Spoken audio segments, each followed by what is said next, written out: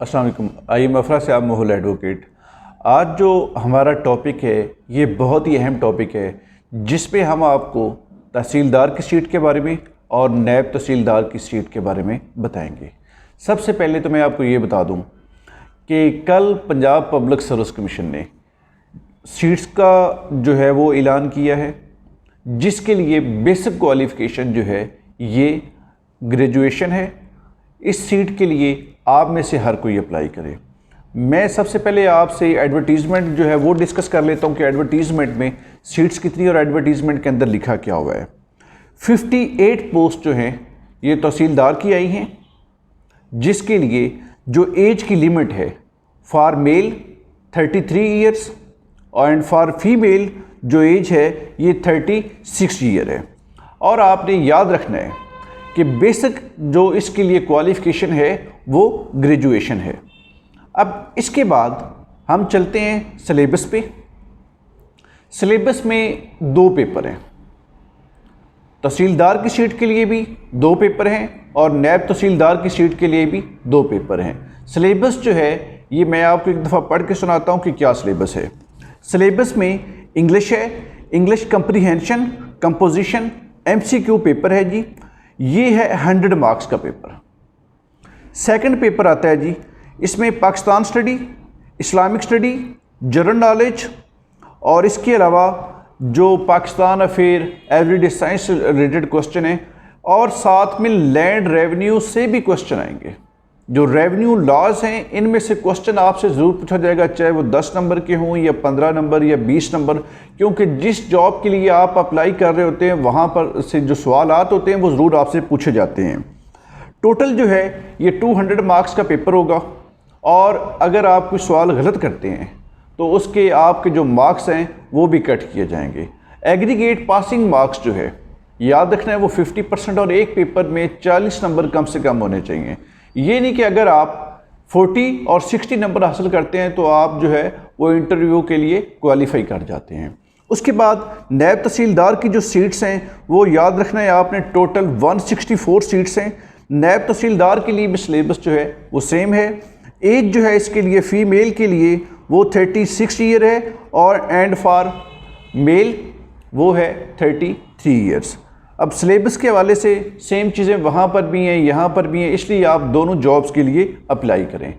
अब मैं कुछ आपको बता दूं कि आपने जो तैयारी है वो कैसे करनी है। याद रखिएगा, किसी भी एग्ज़ाम की तैयारी के लिए जो सबसे ज़रूरी चीज़ होती है वो होती है इंसान की अपनी कमिटमेंट। अगर आपकी अपनी कमिटमेंट मजबूत है और आप कोशिश करते हैं तो आप सीट जो है ये 100% निकाल सकते हैं। कमिटमेंट के बाद याद रखिएगा, जो आपके एग्ज़ाम का सिलेबस होता है वो सिलेबस के अकॉर्डिंग आपने तैयारी करनी है। साथ में आपने रेवेन्यू लॉस जो हैं ये ज़रूर देखने हैं, लेकिन इस सीट के लिए आपको कोशिश भी बहुत ज़्यादा करनी पड़ेगी क्योंकि इसमें कंपटीशन भी बहुत होगा और सीट्स भी बहुत ज़्यादा हैं, सीट कम नहीं है। लेकिन अगर आप कोशिश करते हैं, जैसे हमारी एकेडमी में अब इसके लिए स्पेशल इंग्लिश के टीचर हैं, जनरल नॉलेज, उर्दू और ये सारे जो सब्जेक्ट हैं, लैंड लॉज जो हैं, इसकी मुकम्मल आपको यहाँ पर तैयारी करवाई जाएगी। 50 डेज़ का सेशन होगा। इन 50 डेज़ में और मैं उम्मीद करता हूँ कि आपकी तैयारी जो है ये बहुत अच्छी हो जाएगी और आप जो है इंशाल्लाह क्वालिफाई भी करेंगे। बस आपको क्या करना है, आपने मेहनत करनी है। याद रखिएगा, अगर एकेडमी है, एकेडमी में आपको जो तैयारी है वो 50% करवाई जाती है, 50% साथ में आपकी अपनी होगी। अगर आप ये कर लेते हैं तो आप क्वालिफाई भी कर जाते हैं, क्योंकि अगर हम यहाँ पर पढ़ाते हैं और आप उसको घर जाके नहीं काम करते हैं तो आप जो है वो इस सीट के लिए फिर क्वालिफाई नहीं कर पाएंगे। मैं आपको एक और अहम बात बता दूं कि मैं इसके लिए जो कुछ करना चाहता हूँ आपके लिए वो ये है कि मैं आपके डेली टेस्ट लूँगा। जो हमारे इंग्लिश के टीचर हैं, उर्दू के टीचर हैं, जनरल नॉलेज की क्लास है, लॉ की क्लास है, क्योंकि इसमें लॉ के मैं आपको बता चुका हूँ कि क्वेश्चन ज़रूर आएंगे। उस हवाले से हम जो है वो डेली आपका टेस्ट लेंगे और अगर आप काम नहीं करके आएंगे तो हम आपसे ये भी पूछेंगे कि आप काम क्यों नहीं करके आए हैं, क्योंकि मैं भी ये चाहता हूँ कि अब जो सीट्स आई हैं ये सीट्स बहुत अच्छी सीट हैं। क्योंकि इस सीट के हवाले से मैं आपको बता दूँ कि तहसीलदार जो होता है या नायब तहसीलदार जो होता है, हालांकि इनमें स्केल का फ़र्क है, ड्यूटीज़ आलमोस्ट दोनों की सेम होती हैं। तहसीलदार और नैब तहसीलदार ये हकीकत में तहसील के इंचार्ज भी होते हैं। तहसीलदार जो है कल को असिस्टेंट कमिश्नर बन जाता है और असिस्टेंट कमिश्नर से आगे इसकी प्रमोशन होती है, आगे डीसीओ तक भी आप जो है वो जा सकते हैं। याद रखिएगा ये असिस्टेंट कलेक्टर भी होता है तहसीलदार, नीचे इसके कानूगो होते हैं, पटवारी होते हैं। और जॉब के हवाले से मैं आपको बार बार एक ही चीज़ कह रहा हूँ कि ये बहुत बड़ी जॉब है। ऐसी ही है कि जैसे आप जो है एक तहसील के इंचार्ज बन गए हैं। उसके बाद रेवेन्यू वसूली का काम होता है इनका, तहसीलदार का। इसके अलावा याद रखिएगा इंतकाल पास करना, अदालत का भी काम करते हैं तहसीलदार। अगर पार्टीशन जो है, पार्टीशन का मामला हो जाए तो ये तहसीलदार के पास जाता है। इसके अलावा प्राइस कंट्रोल मजिस्ट्रेट भी होते हैं, ये तहसील की इंतज़ामिया इनके हाथ में होती है। और अगर तहसील के अंदर कोई हंगामी सूरत हाल हो तो वहाँ पर भी जो तहसीलदार होता है, नैब तहसीलदार होता है, इनका बहुत ज़्यादा एक्टिव रोल होता है।